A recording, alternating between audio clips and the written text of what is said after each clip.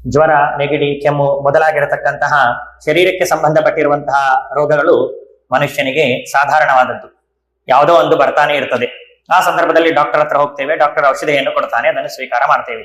ಔಷಧಿಯನ್ನು ಸ್ವೀಕಾರ ಮಾಡ್ತಾ ಇರುವಂತಹ ಸಂದರ್ಭದಲ್ಲಿ ಒಂದು ಶ್ಲೋಕವನ್ನು ಹೇಳಿಕೊಂಡು ನಾವು ಔಷಧಿಯನ್ನು ಸ್ವೀಕಾರ ಮಾಡಿದ್ರೆ ನಮ್ಮ ರೋಗ ಬೇಗನೆ ವಾಸಿಯಾಗ್ತದೆ. ಅದರಲ್ಲಿ ಯಾವುದೇ ರೀತಿಯಾಗಿರುವಂತಹ ಸಂಶಯ ಇಲ್ಲ.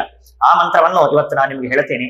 ಅದನ್ನು ಕಂಠಪಾಠ ಮಾಡಿ ಔಷಧಿಯನ್ನು ಸ್ವೀಕಾರ ಮಾಡ್ತಾ ಇರುವಂತಹ ಸಂದರ್ಭದಲ್ಲಿ ಹೇಳಿಕೊಳ್ಳಿ. ಶರೀರೇ ಜರ್ಝರೀಭೂತೆ ವ್ಯಾಧಿಗ್ರಸ್ತೆ ಕಲೇವರೆ ಔಷಧಂ ಜಾಹ್ನವೀ ತೋಯಂ ವೈದ್ಯೋ ನಾರಾಯಣೋ ಹರಿಹಿ.